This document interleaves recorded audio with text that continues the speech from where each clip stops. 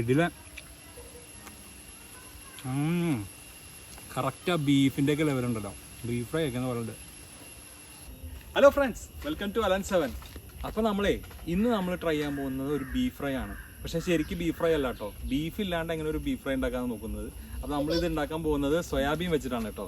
അപ്പോൾ നമുക്ക് അതിനെ എളുപ്പത്തിൽ ഇത് ഉണ്ടാക്കാൻ നോക്കാം. അപ്പോൾ വീഡിയോയിലോട്ട് പോകാം. ആദ്യം സോയാബീനെ നല്ലപോലെ വേവിച്ചെടുക്കണം കേട്ടോ.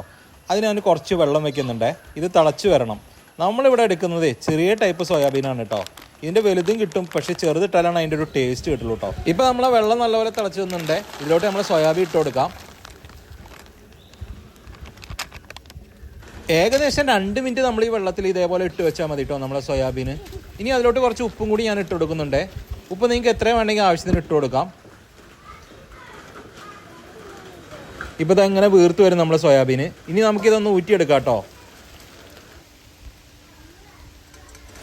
ഇത് നമ്മൾ കുറച്ച് നേരം ഇതേപോലെ വെച്ചതിന് ശേഷം ഇതിലത്തെ വെള്ളമൊക്കെ പോയി കഴിയുമ്പോൾ നമുക്ക് കൈ കൊണ്ട് ഇതൊന്ന് അമർത്തി കൊടുക്കണം കേട്ടോ. അപ്പോൾ ഇത് ഒന്നുകൂടി ഡ്രൈ ആയി കിട്ടും. അടുത്ത് നമുക്ക് ഒരു പാൻ വെച്ച് കൊടുക്കാം. ഇതിൽ വേണം അത് ഫ്രൈ ആക്കി എടുക്കാം കേട്ടോ. നമുക്ക് കുറച്ച് വെളിച്ചെണ്ണ വെച്ച് കൊടുക്കാം കേട്ടോ, അത് ഫ്രൈ ചെയ്തെടുക്കാൻ. കുറച്ച് നാളികേരക്കൊത്ത്,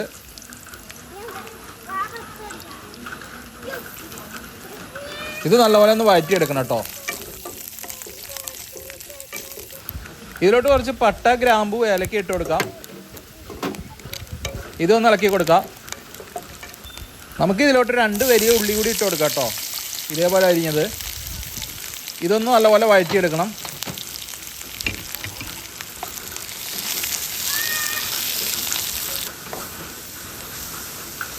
ഉള്ളി കരിയാൻ പാടില്ല. ഏകദേശം ഒരു ബ്രൗൺ കളറൊക്കെ ആകുമ്പോൾ നമുക്ക് ഇത് നിർത്താം.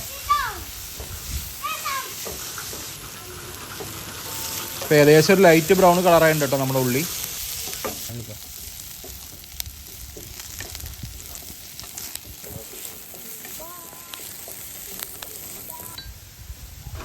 ഇനി ഇതിലോട്ട് കുറച്ച് ഇഞ്ചി വെളുത്തുള്ളി പേസ്റ്റ് ഇടാം കേട്ടോ. അതൊന്ന് വഴറ്റിയെടുക്കാം.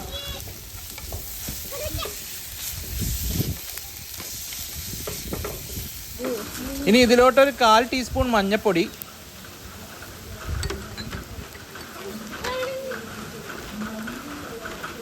ഒരു 2 ടീസ്പൂൺ മുളക് പൊടി,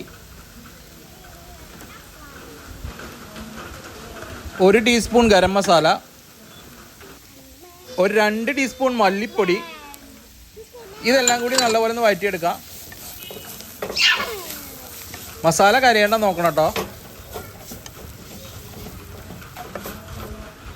ഇപ്പോൾ ഏകദേശം വഴറ്റി വന്നിട്ടുണ്ട്. ഇനി അതിലോട്ട് നമ്മൾ ഡ്രൈ ആക്കി വെച്ചിരിക്കുന്ന സോയാബീൻ ഇട്ട് കൊടുക്കാം.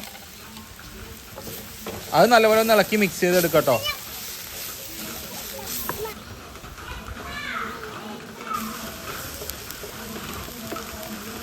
ഇനി ഇതിലോട്ട് കുറച്ചേ ക്രഷ്ഡ് ചില്ലി ഇട്ട് കൊടുക്കാം കേട്ടോ. അതായത് ഉണക്കമുളക് ചതച്ചത്. ഉണക്കമുളകിൻ്റെ അളവ് കൂടരുത് കേട്ടോ, അപ്പോൾ എരിവ് കൂടും. അത് നല്ലപോലെ ഒന്ന് ഇളക്കി കൊടുക്കാം.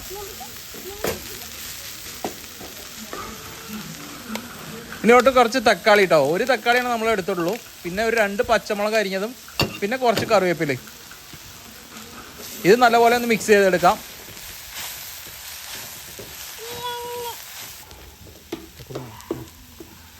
ഇനി ഇതിലോട്ട് കുറച്ച് വെള്ളം ഒഴിക്കുന്നുണ്ട്. വെള്ളത്തിൻ്റെ അളവ് കൂടരുത് കേട്ടോ, അപ്പോൾ അത് കറിയായി മാറും. നമ്മൾ ഡ്രൈ ആയിട്ടാണ് ചെയ്യുന്നത്, അതുകൊണ്ട് തന്നെ കുറച്ച് വെള്ളമായിട്ട് ഒഴിക്കുന്നുള്ളൂ.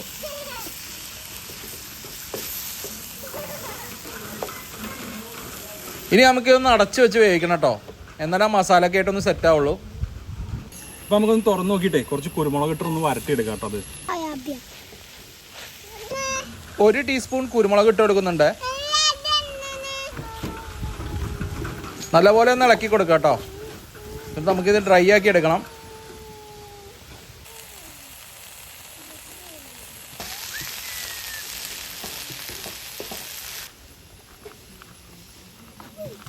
ഇപ്പോൾ നമ്മൾ സോയാബീൻ ശരിക്കും ഒരു ബീഫ് ഫ്രൈ പോലെ ആയിട്ടുണ്ട് കേട്ടോ. അതിൻ്റെ സ്മെല്ല് പോലും അങ്ങനെയാണ് കേട്ടോ, ബീഫ് ഫ്രൈൻ്റെ പോലെയാണ്. അപ്പോൾ നമുക്കിനി ഇതൊരു പ്ലേറ്റിലോട്ട് മാറ്റി എങ്ങനെ അതിൻ്റെ ടേസ്റ്റ് എന്ന് നോക്കാം കേട്ടോ.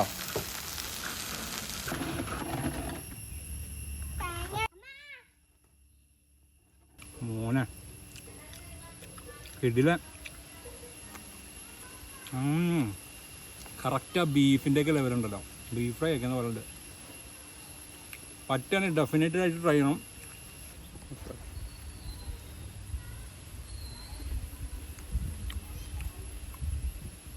കൊള്ളാട്ടോ, അടിപൊളിയാ.